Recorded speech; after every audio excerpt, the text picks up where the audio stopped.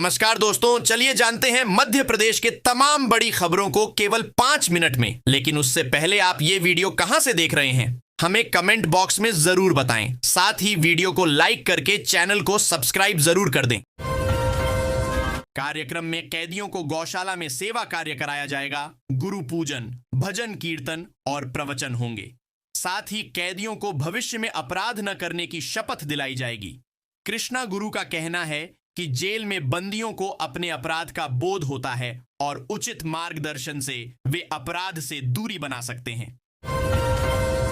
6 महीने से traffic police का पूरा ध्यान सिर्फ चालान पर। बीते साल जून के मुकाबले इस बार 2 गुना से ज्यादा चालान काटे गए। नेताओं की रैलियां जाम को बढ़ा रही हैं और जनता परेशान है। भाजपा जिलों में नई कार्यकारिणी के गठन को लेकर अंदरूनी खींचतान तेज हो गई है। पुराने, नए और दूसरे दलों से आए नेताओं को एडजस्ट करने की चुनौती जिला अध्यक्षों के सामने है। हर कोई संगठन में अपनी जगह पक्की करने के लिए सक्रिय है। मूंग खरीदी की घोषणा के बावजूद सर्वेयरों की नियुक्ति, केंद्रों की व्यवस्था और बारदाने की कमी जैसी समस्याएं सामने आईं। किसानों और गोदाम संचालकों ने नीति पर असंतोष जताया है। लगातार बारिश और नमी से खरीदी प्रक्रिया में 3 से 4 दिन की देरी संभव है। मध्य प्रदेश में लाडली बहना योजना के नाम पर ठगी करने वाले गैंग का पर्दाफाश किया है। ये लोग महिलाओं के घर जाते और किस्त बढ़ाने की बात कहकर पैसे ठग लेते। पुलिस ने भिंड से 3 आरोपियों को गिरफ्तार किया है।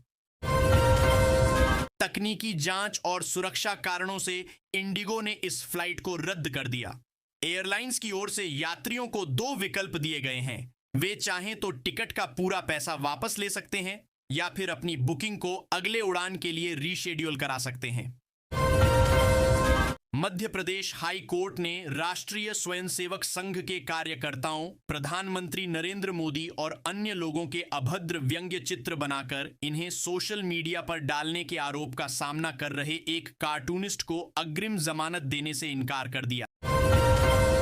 मध्य प्रदेश के छतरपुर जिले के बागेश्वर धाम आए श्रद्धालुओं के साथ एक बार फिर बड़ा हादसा हुआ है।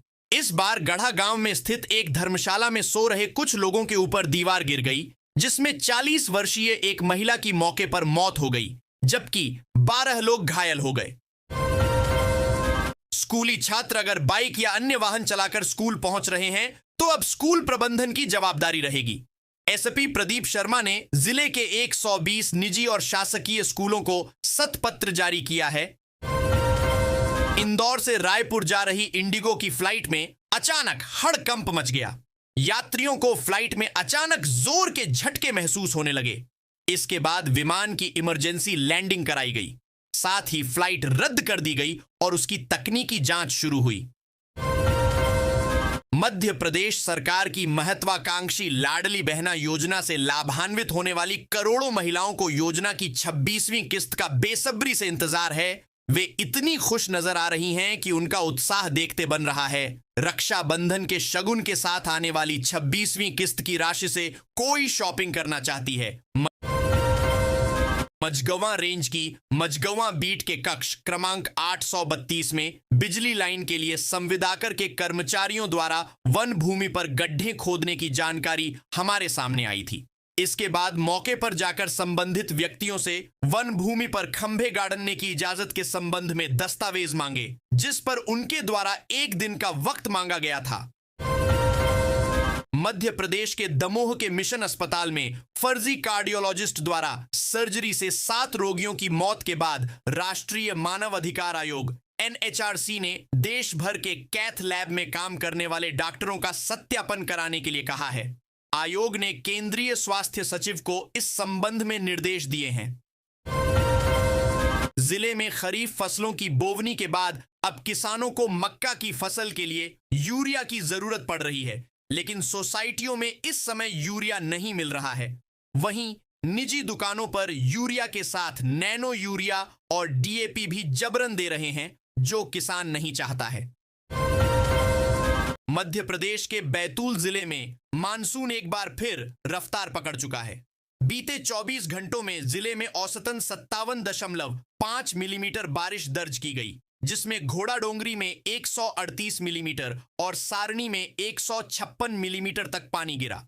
लगातार बारिश के चलते सतपुड़ा जलाशय का जल स्तर तेजी से बढ़ा, जिस कारण सोमवार को खोले गए 5 गेटों को मंगलवार दोपहर 5 फीट तक खोल दिया गया। इससे प्रति सेकंड 27,000 क्यूसेक पानी तवा नदी में छोड़ा जा रहा है।